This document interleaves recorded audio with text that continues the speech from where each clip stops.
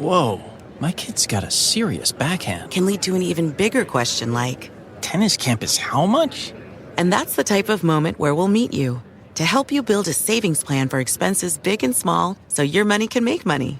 Mike, how's that sound? Sounds like match point. Sounds like love. We could serve up tennis puns all day. For every financial need, we'll meet you in the moment. KeyBank opens doors. KeyBank member FDIC. Albert used to look in the mirror and see a loser. But then he discovered The Athletic. Their in-depth fantasy football coverage with unrivaled stats and analysis means Albert isn't losing much anymore. Now when he looks in the mirror, he just sees a receding hairline. The receding hairline of a champion. Losing is for losers. This season, lose less at fantasy with The Athletic. It's a 9-fight win streak in all. Perfect 6-0 in the octagon. Oh, I want a title shot next. I want the winner of Valentina versus Grasso. Erin, cold-blooded Blanchfield!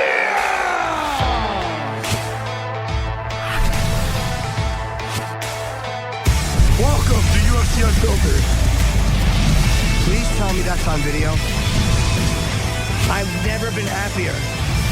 I'm made for a fucking podcast. That's dangerous. Listen to me, we're at it.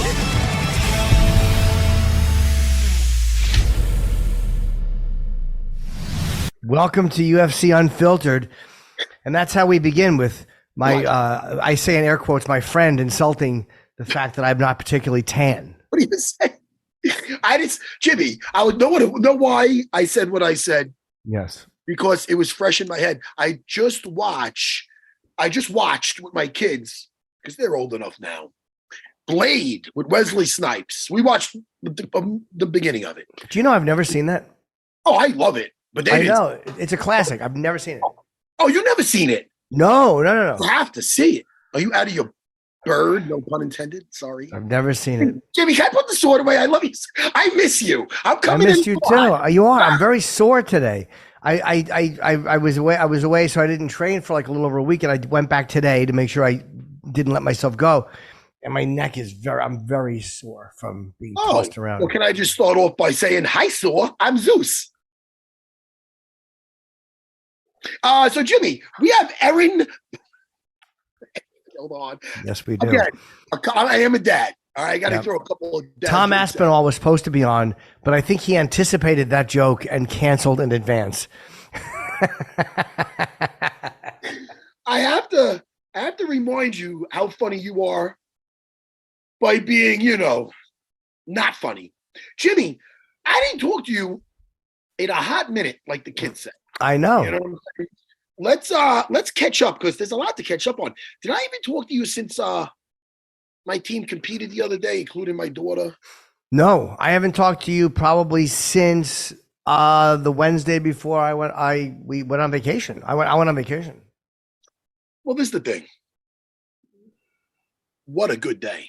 Oh yeah. Yeah, my firstborn, she competed. My other daughter was going to compete, but she had a hurt foot, right? Oh. So my daughter competed in her division, and then upper belt to orange belt. She's a great belt, and she got double gold, man. She did great. Wow, that's awesome. Jimmy, she loves it, and it's funny. Like this other jiu-jitsu tournament that she did in Fordham University in the Bronx that she won. They got in contact with us, and they have I don't know what kind of funds they have, but they're a very event. So when Angelina competed out, when they did a video of her, and I swear, it looks like it was shot by Steven Spielberg or something. It was really like the way it was done to music. Yeah. They contacted me and they asked if Angelina wants to like teach a move and explain it and demonstrate it for their social media and that kind of thing. So we did that. We shot that, so that should be out soon. Oh, that's great. My kid's 14. She's very personable, and it's just cool. It's just cool watching her. The other day she texted me, Jimmy, and we were just talking about the tournament a little bit. And she goes, Dad, I love it. I can't even explain to you how much I love it. That's great. Isn't that nice? Yeah. That's really awesome. getting it's such a good thing. It's such a good thing to fall in love with because it's only going to make you more secure. It's going to make you stronger. Again, and being able to defend yourself in real life. I mean, there's nothing more valuable than that, I don't think. dude, hashtag family business. Family business, Jimmy. Listen, you never know, Jimmy. When you might have a kid and all of a sudden that kid gets into comedy, what would you say? I would say you're not mine. You're absolutely not mine. There's no way I'm having a kid by mistake. It's just not going to happen. Well, that's not what I was looking for. But Jimmy, yeah, I want to talk. Well, first of all, we got a little bit of time before. Sure. I want to talk to you more about that tournament really quick, and then we'll talk about everything. You want to talk about you first. Let's catch up with you. Not about there's not much to catch up with me. I literally didn't do that much. I was just very relaxed over the vacation. I didn't do much. I don't have much to report, to be very honest. I'm just happy and I feel good. And I ate like a fat pig and I'm back on my diet. There we go. Well, you're a little piggy sometimes, but you don't look like a piggy. You could be a little. I could be a little piggy, but my stomach kind of keeps me in check. You know what I mean? But I fattened up and I felt it today training. Oh my God, look at those rock hard abs. I'm glad you did that. I was going to ask you to. Excuse me, Jimmy. Yes. It's funny. How's Longo, by the way? How's Longo? Longo's great. I'm sorry. Longo got a new hip. I literally just spoke to him. We were talking about Erin Blanchfield, and I'll tell you, myself and Ray Longo both think that she's going to be champion. I mean, I'm not being like some Notre Dame with that because I think I'm not alone in that.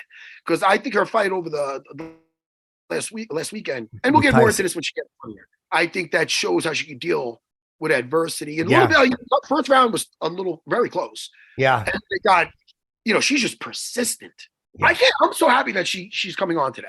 Yeah, me too. And people that don't know, did we say that it's Labor Day? Do we know? Today's Labor Day. Yeah. But people will hear it tomorrow and assume it is. Yeah. And knowing the whole country is off today. But the academy is closed, but there's a few people doing private. So I was able to go. I almost said no, but I'm like, hey, you got to go, fat boy. Go, fat boy. That's how I talk to myself. Wait a minute. So you train, you do that when you're in the mirror? You talk to yourself like that? I do, and even when I'm just whispering to myself and I'm not looking at myself because I know who I mean, I'll just say to myself, I'll be alone in the house. And I'm like, go train, fat boy. You don't have to look in the mirror. You can just no, I know who I mean. I mean, there's no one else here. Wait, back to what I was talking about. Sure. Oh, what the fuck was I talking about besides Erin? You were talking about how you're happy she's coming on today. You think she's going to be champion? Yes, you're talking about I do. Yeah, I do too. Shevchenko, Grasso too has to happen first. Well, listen, how about this?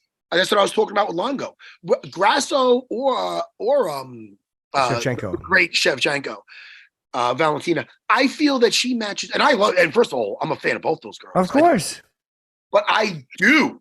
If they were to, each one of them were to fight, and I don't mean any disrespect, because I know Valentina has done a ton. Yeah, she's fought everyone. But it's one of those things where they could be competitive in certain areas, but if there's one area that just trumps the other area and there's just different levels, I think that area is the ground for Erin Blanchfield. So even she doesn't have to beat Valentina standing up. She has to be able to survive and just fight her way into something, to a takedown. And I think it could be, I'm telling you, I think the girl's a future champion. I do. Yeah. I look at she's answering the call, man. Look at her track record of who she's fighting. I know. And Manon Furio, I always have a hard time with what's silent in her name. A very impressive fight against Rose, who obviously had an injury, and fought through it. Very tough Rose look, but still a great win for Furo. Manon Furio. I took 2 years of French, and I still know nothing about it. How do you pronounce the first name, though? Manon? I think it's Manon Furio or Manon. Yeah, I can never say it. You hear different announcers say it differently, and I'm not the guy to ask. Well, listen, you got it. When did Rose hurt her finger? Because that was grotesque. It looked like in the first. It looked like in the first round.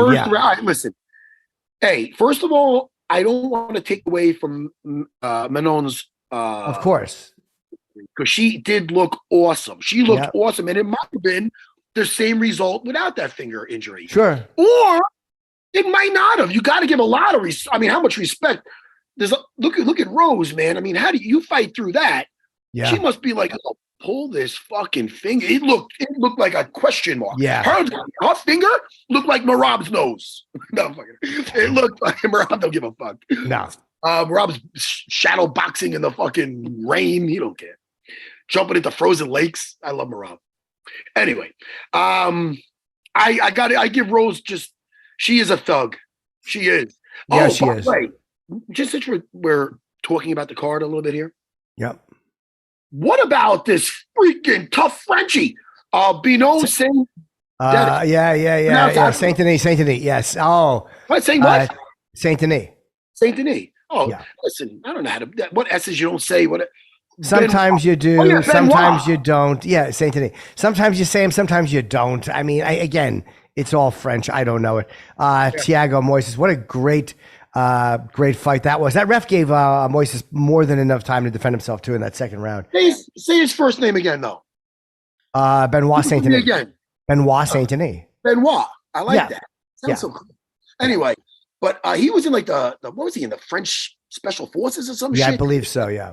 But what a badass! Because I'll tell you right now, Thiago Moises when his best. That first round was something. Yeah, that was something. And that cup kick. I love when fans boo when like he kicked him in the dick. I mean, and it was I've never seen a better kick anywhere by anyone. Square in the cup, and Moises is just taking a minute, and people start booing, and it's like Jesus Christ, MMA fans are rough. Like a guy gets kicked in the dick, and you don't want to give him a minute and a half, 2 minutes to recover. They were up there with the Brazilians as far as the home team. You know what I mean? I've never heard a louder stadium. I've never heard a louder stadium than that. When they were chanting and jumping up and down, yeah. But Michael Bisping, the great Michael Bisping, former champion, he was saying he wanted to find out what they were saying, and I'm glad he did. He was trying to know, and it was saying basically, if you're not jumping up and it's not as hardcore as the Brazilians. That basically right. Decapitate you or something. They say something crazy. What do they say? You're gonna die or something? What is it? Yeah, I forget how it goes. Something like that. But it's very violent. But anyway, the French, it's very catchy, and they're all jumping up and down. So they were saying, we found out, if you're not jumping, you're not French. I mean, that's not really a nasty. It's actually the softest kind of chant. I've never heard a worse chant than that. If you're not having fun, we're not having fun. Fucking boo. That chant sucks. Whoever, I don't know how long ago, whoever made that thing up, whatever French guy was sipping his wine going, oh, I understand. Listen, if you do not jump, you are not the French. Yeah, that's a shit chant. I'm going to switch it around now. I'm going to say, Yay, Cyril God. See how I switched it? He looked great. Cyril God looked great. Yeah. You know what the saddest part about that, though? What's sad about this? Is he looks so great that if he didn't fight John Jones yet, you'd be like, I have to see that fight. That's right. Guess what? They fight again. I feel the same shit's going to happen. I think John Jones is going to. Yeah. And you know what I do like, though? I will say this. I do like that he fought off Spivak's takedown. Yes, he did. One time he had his leg up in the air and he did like a jump and he did a sprawl. It was good. But can I say something? Yo, Spivak, what was I looking at, though? I mean, I understand. I mean, it looked like he was mentally out of it from a first couple of strikes. He did not look like a guy that was determined to do anything, but not win. He did not look surprised when it got called off. He looked like, fuck this, get me out of here. I'm having a horrible day. He was really like just kind of covering up. And I wonder, has he fought anybody who moves like Gon? Maybe when you fight somebody who moves that well at a heavyweight, you've just never seen it before and it just fucks you up. I don't know. I know what you mean. You ever just hear a lyric from like an Ozzy song and just be like, I love that lyric. Yes, Ozzy has this great song. He's like, if you're not jumping up and down, you're not French. Is there a lyric? Yeah. Sing it. And you can do this when you do it. No, I won't do that. Oh, you don't do that? What do you do? What do the Aussie guys do? Like, we do this. You put your hand. You put your hand gently. Yes, you do. You put your hand gently. Your head gently between your two hands, like a little praying mantis. No, you don't. Yes, just hear rock out. Well, praying mantis. What do you? All right, fine. I'll just sing my lyric. You want me? I'm trying to get to that. Sure. A gentleman by the name Little Wayne. It's so much fun. He's on us. Don't get ready. Stop. Get your hand away from the thing. Don't leave. I'm not even thinking it's You happening. have a goblet. I got my 7-Eleven coffee. Pumpkin spice. Yes, man. It goes like this. It's just so catchy. Because I've been giving a lot of credit to Machine Gun Kelly about that his song A. And it's fun. And the lyrics are nice. They're fun. But Little Wayne, he kills it when he's in there, you know? Yeah. You want to hear it?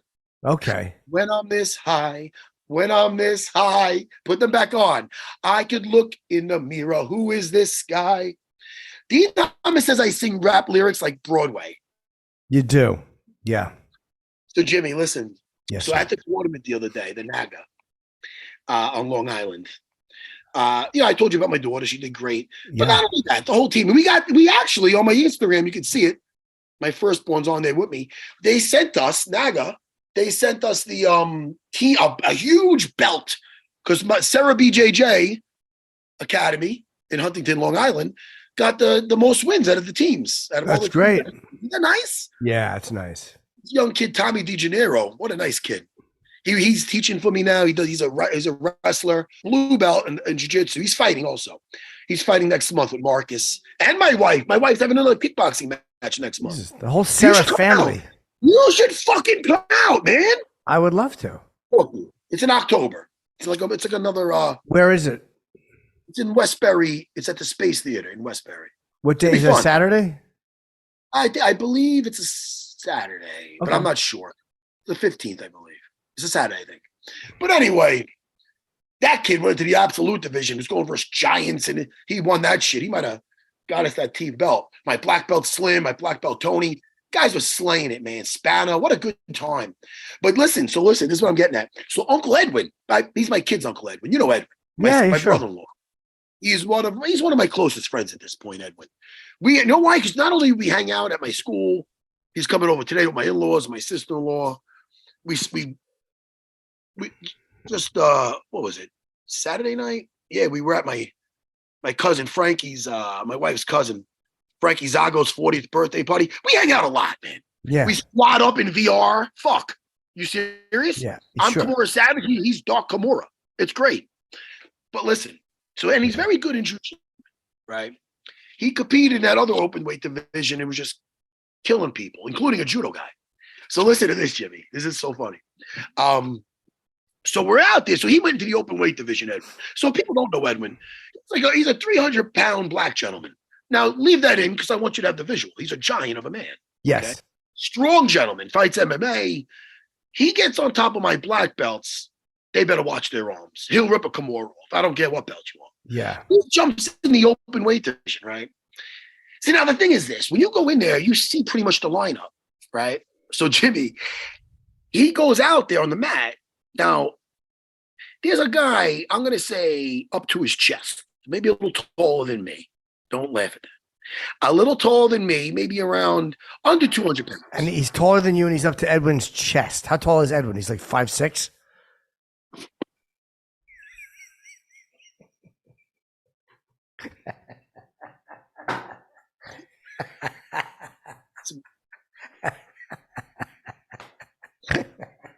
I don't want to tell my story now.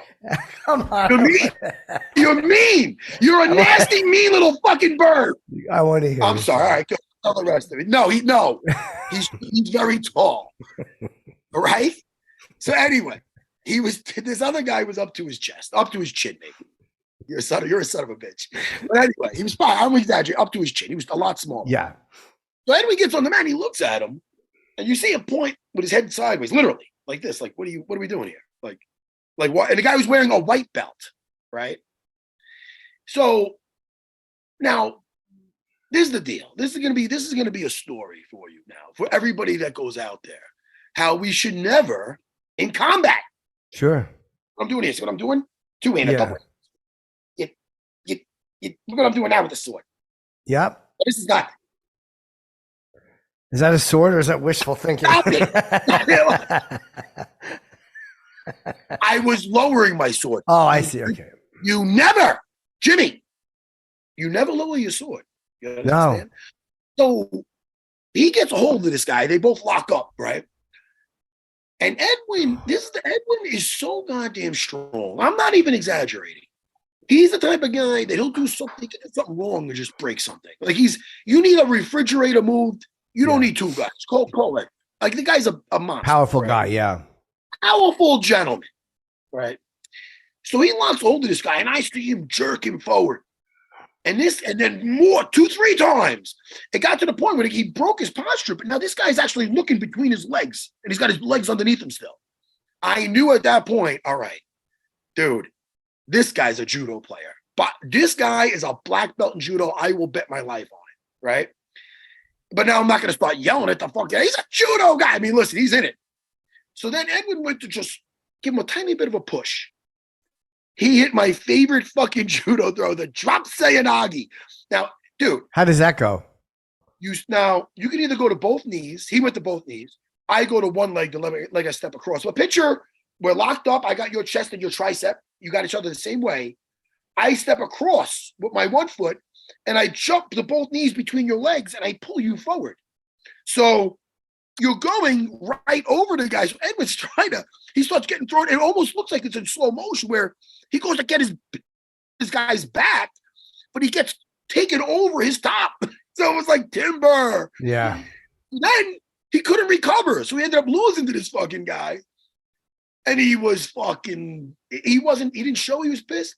It was just the guy. And then, afterward, the guys, they come up to you, they shake the hand of the coach, then each coach. So when the guy came up to me, they go, hey, I go, my man, what belt are you in judo? He goes, oh, in like a Yugoslavian accent. He's like, black belt or something like, oh, okay. So wait, why did he have a white belt on? Was he bullshitting to try to make himself look? I don't listen in Naga.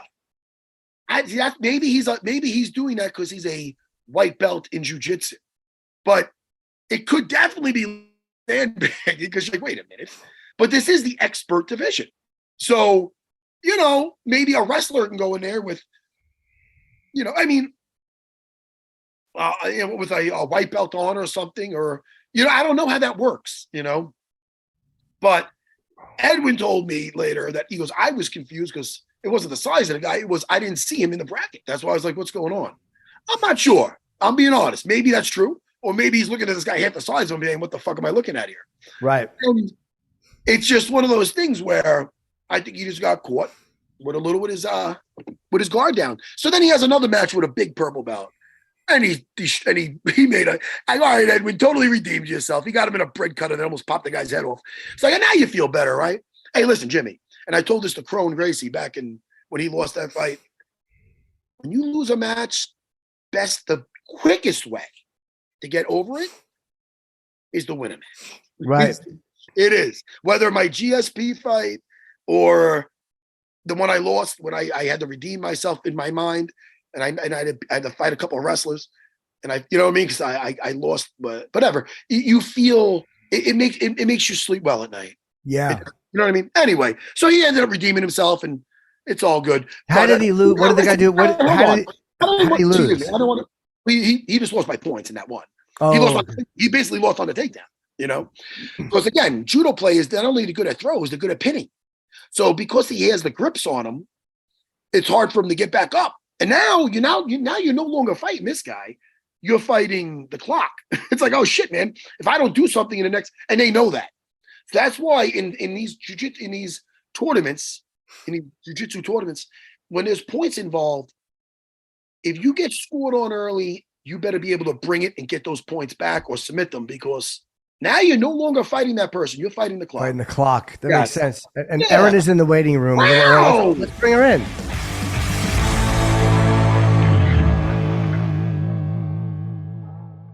ADT Self-Setup features everything from motion sensors to Google Nest Cams with no long-term contracts.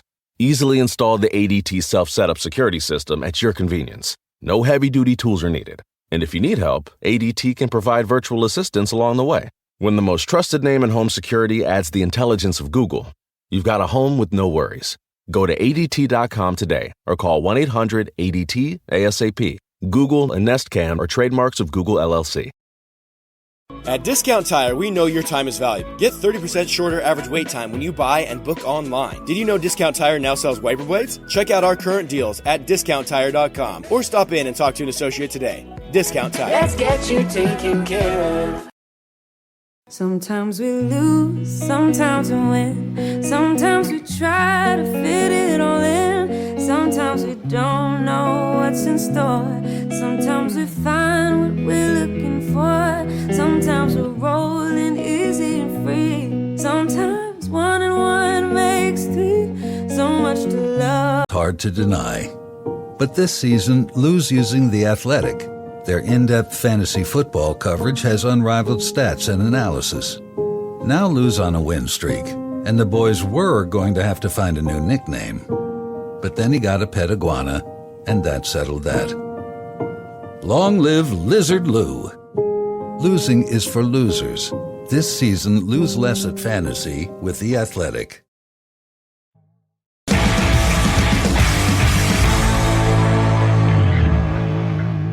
Let's just clap. Can we clap for Erin Blanchfield, please? Hey. Hi, Erin. I didn't even see that you came in. Hello. Yeah, hi. What's up? Erin, thanks for hanging out with us a little bit today. We know it's a holiday. We know everybody's out barbecuing. You're giving us a little bit of time. We do appreciate it. Yeah, of course. Thanks for having me. Are you back home? Where are you now? Yeah, I'm back home in Jersey. You never left, huh? You never left Jersey. Yeah, I was out in Singapore for like 2 weeks. But I've been back in Jersey since like last Monday I got back. No, I mean like full-time living, because I grew up in Jersey. I finally left when I was 30, but I lived in Jersey most of my life. The Jersey boy. I've lived in Jersey my whole life. You started training when you were 7. What got you into it? Like, did you just decide you wanted to? Did you see something on television, or was it your parents, or did somebody who kind of got you to do that? Yeah, it was actually my mom. She wanted my brother to start training, my younger brother. So she put him in to. It was Tiger Schulman's at the time, and he started training, and I just quit dance at the time, and I went to go watch him train, and then they offered me like an introductory class, and I just loved it from there. How old were you? How long did you do dance, and how old were you, if you don't mind me asking? Yeah, I think my mom put me in when I was like 3, and I did it till I was like 6, 7, and then I started training when I was 7. You know why this makes me happy, Jimmy? Yes. My daughters, I have 3 daughters. I told you this before, Erin, probably. But my oldest is 14. She's been doing dance, the same thing, since 3. She just walked away to pursue this. She's loving. Oh, yeah. So I'm like, once we get done with this, I'm going downstairs and telling her. That's awesome. Erin, I was talking to Ray Longo this morning. Mm-hmm. And Ray could not say enough good things about you. I did not know a while back that you'd come down and you were working with Mizuki, the Japanese fighter that we had a while ago, right? Ages ago. While ago. It was a while because Mizuki started coming to Henzo's like this a while ago. It's like 20, probably like before like COVID and everything. So we trained a lot together then, and then like when COVID happened, I would go up to Ray's school and train with her there. Yeah, he's super cool. Ray would just say, Matt, you'd love her, just blue collar, quiet, comes in with the coaches quiet, they're nice, they're respectful, they come in to get their work. He goes, I seen the I know what he said, not the improvement, like the evolution of how the improvement from when she just was coming down then to even now. And he believes that you're going to be next champion. And I do too, not to just throw too much at you. Erin, shoot. I know you feel that. Jimmy, we're talking to the next champ. That's how I feel. Because Shevchenko and Grasso, sorry, let me just. Sure. I like the way you match up with either one of them. And I hold them both in high regard. I like the way you match up with Grasso. And I think, especially after your last fight with, what's the name again? Ty Santos. Yes, I'm sorry. I was getting confused with Manon the other day. Your fight with that showed you that you could deal with a high level aggressive stand up and then still persevere. So with Shevchenko, I feel if it gets to the floor, it's a legit problem for her. Okay, I'm done ranting. Go ahead, guys. What did you think of Thoreau against Rose? Even though Rose was hurt, that was a really, really interesting fight. And what did you think of it? And how much do you think Rose would have obviously had a better shot if she wasn't hurt? But do you think the result might have still been the same, or do you think that it could have been completely different? Yeah, before that fight even happened, I thought Manon was going to win. Honestly, I thought she was going to maybe do a little bit more. Rose did give her a good fight, and she did break her finger pretty bad in the first, which is obviously going to affect the rest of the fight. Sure. Yeah, but I had a feeling Manon was going to win because she's a bigger fighter. She's a natural 25er, and she's a big 25er, a little taller, a little lankier. And Rose was having a hard time getting those takedowns, and I knew she would probably have to take her down to win. Like I didn't think she was going to win a striking match with her. So kind of it went how I expected. When you're in the off season, Erin. Oh, I'm sorry, Jimmy. Did I cut you off? No, go ahead, buddy. When you're in the off season, how do you divvy up your time as far as with the training, with the improvements of? Do you still spend just as much time doing your jujitsu? And I mean, because I know we got to work on all areas. I mean, are you concentrating a lot on the stand up? How does the like a week go in the off season? Yeah. I feel like I try to focus on whatever I needed to improve from my last fight.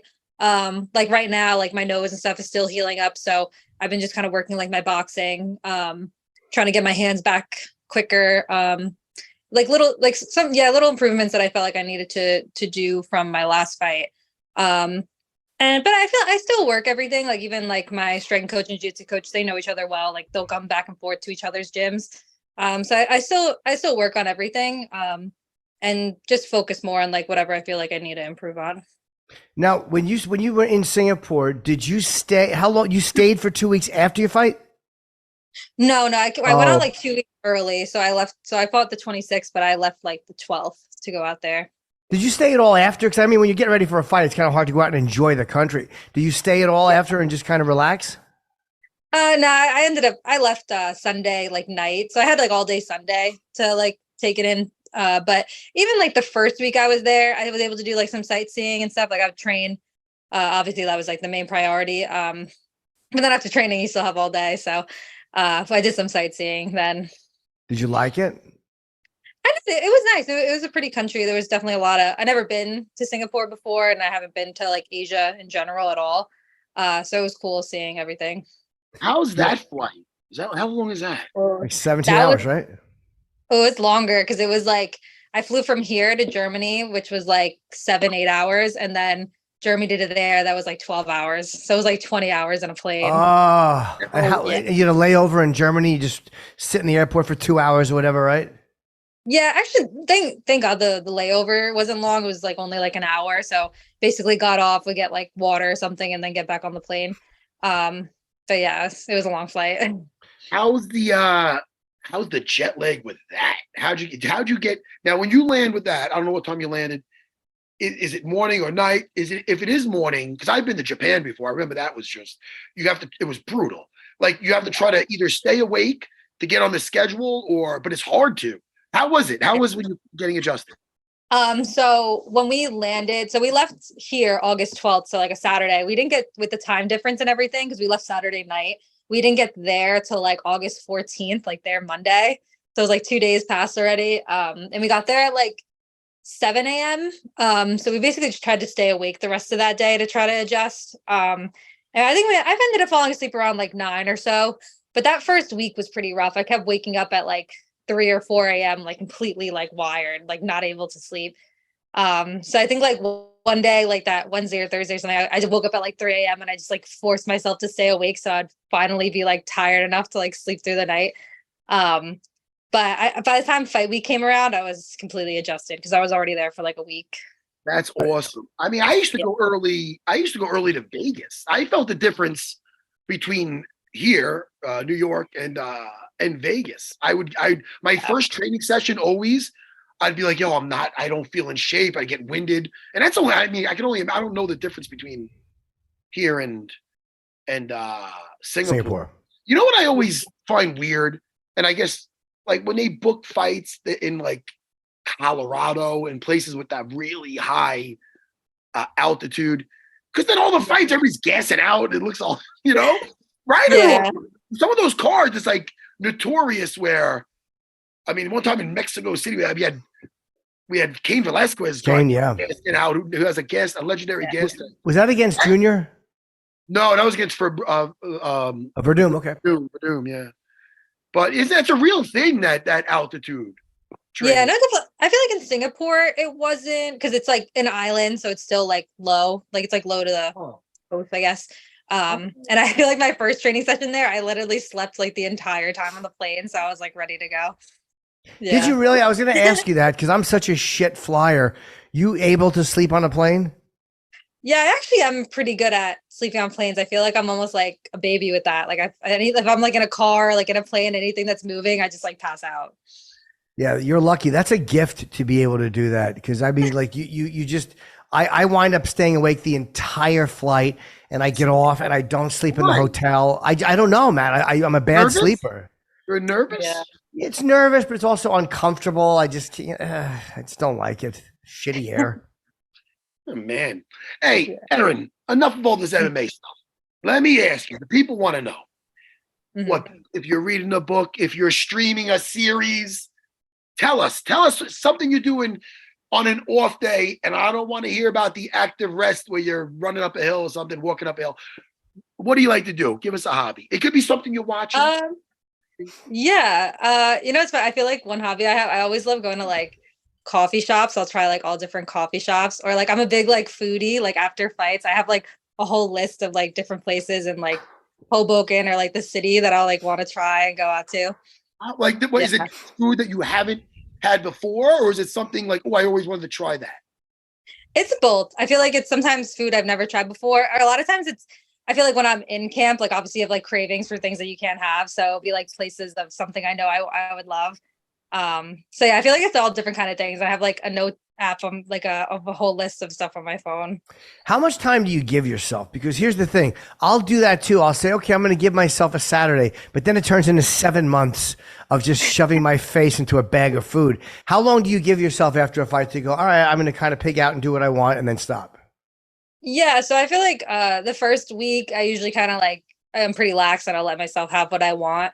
But even with like my foodie things, like I'll go out and have like good things, but when I'm home, like I try to make like healthier things, so it's only like when I'm going out that I'll have, I guess, like the like worse food.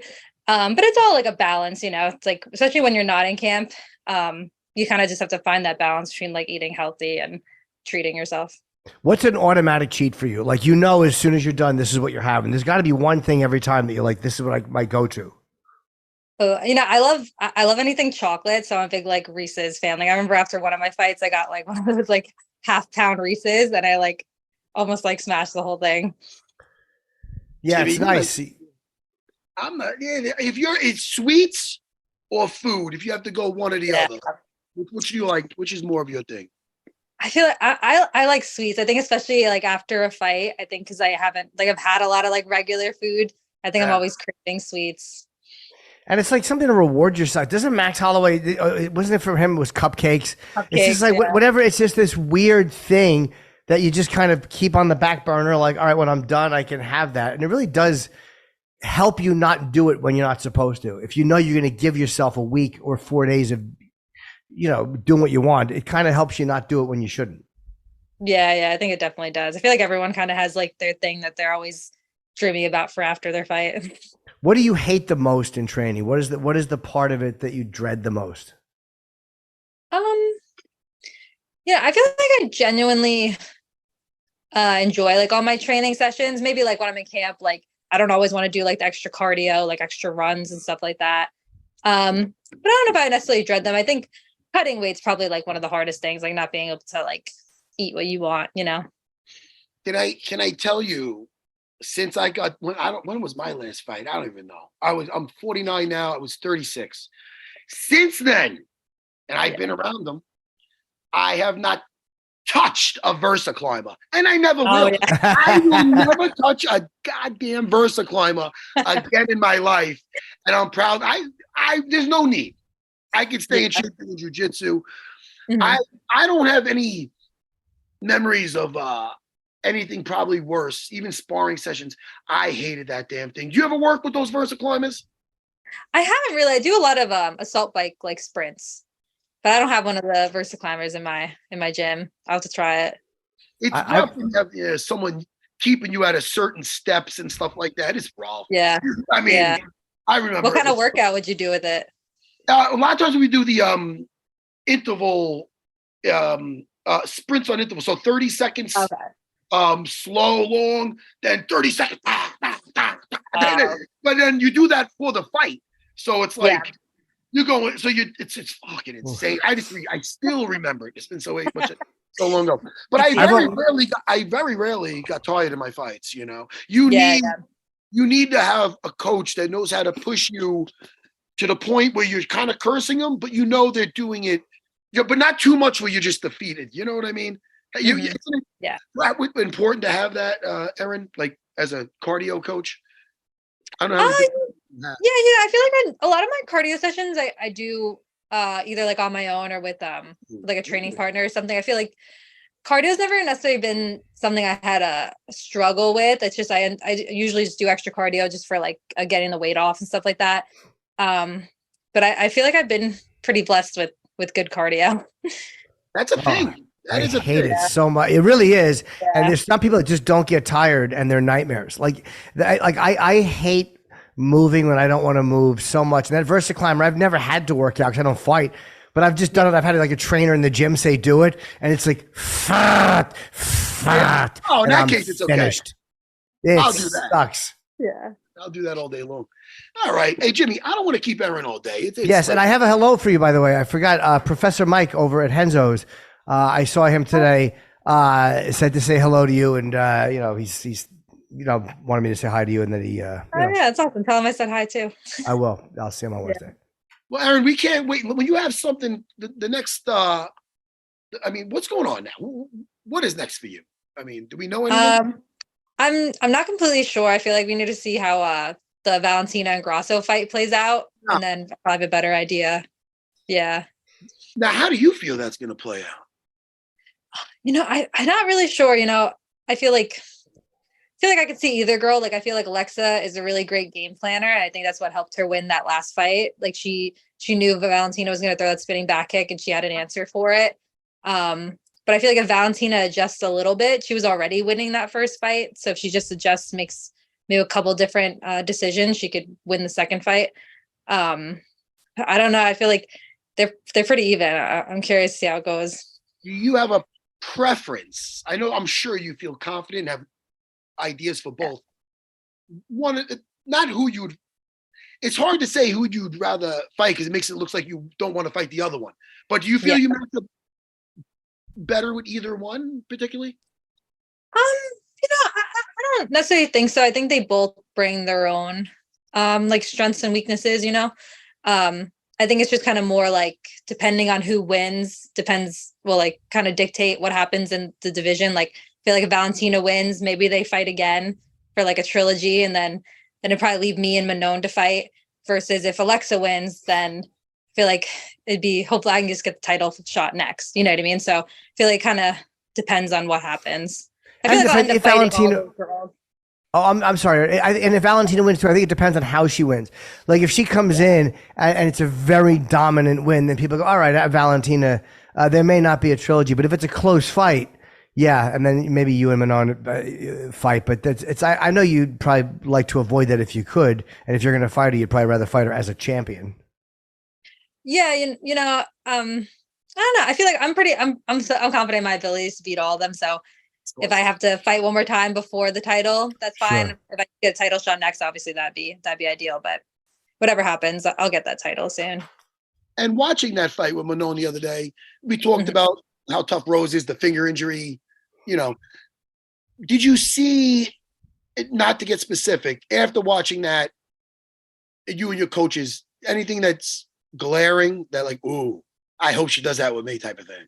Or is there something where you're like, I see certain things that I could exploit when I fight her?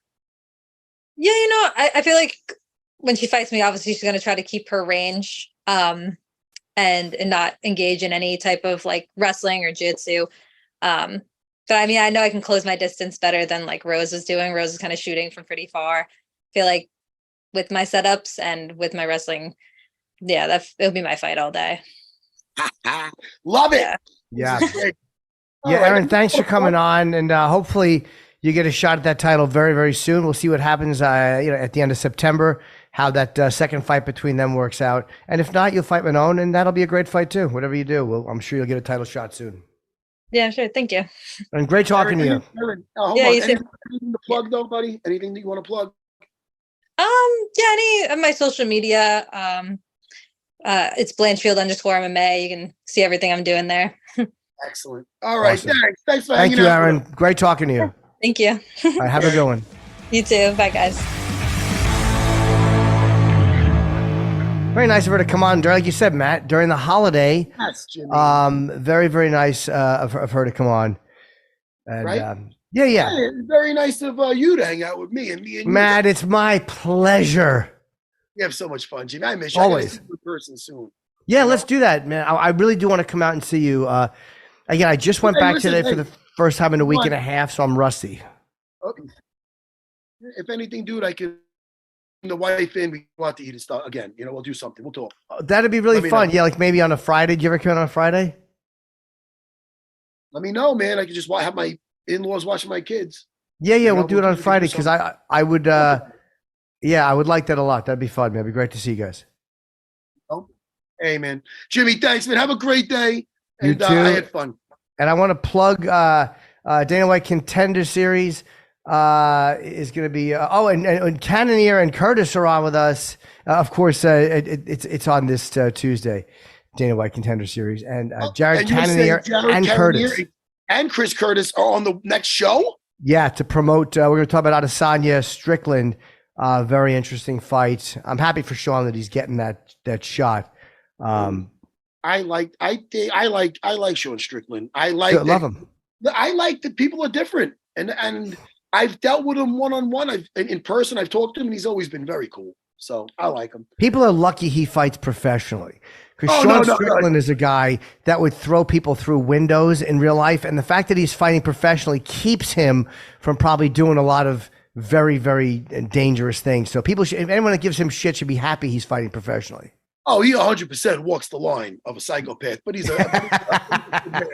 all right, listen. Jimmy, I do love him. Listen. Jake, Curtis is good friends with Strickland too. Yes. And Cannonier's fought both guys. Yes. Oh, that's fun. I can't wait for next show, Jimmy. Me neither, can't buddy. come soon enough. Thank you, Erin, and we'll talk to you in a couple days. Bye, buddy. Bye, pal.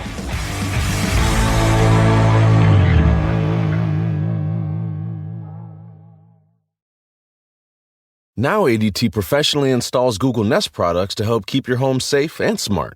You can check in on your home and manage your security system from virtually anywhere. With Nest Cams and the Nest Doorbell, you can even get intelligent alerts so you receive notifications on what matters most. When the most trusted name in home security adds the intelligence of Google, you've got a home with no worries. Go to ADT.com today or call 1-800-ADT-ASAP. Google, Nest Cam, and Nest Doorbell are trademarks of Google LLC. Sometimes we